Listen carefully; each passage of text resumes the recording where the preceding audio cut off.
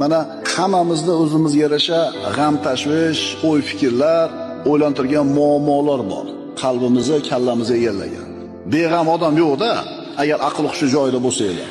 Endi Rasululloh aytayaptilar, hamma g'amni bitta g'amga almashtir. Tirikchilik, sog'lik, bola-chaqa, tinchlik, qo'yingki, sanog'i yo'q bu g'amlarimizni.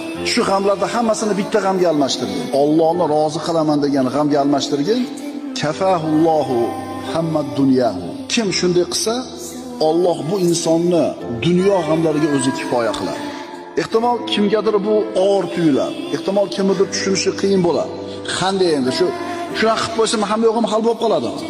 Rasululloh shunday dedilarmi? Demak shunday bo'ladi.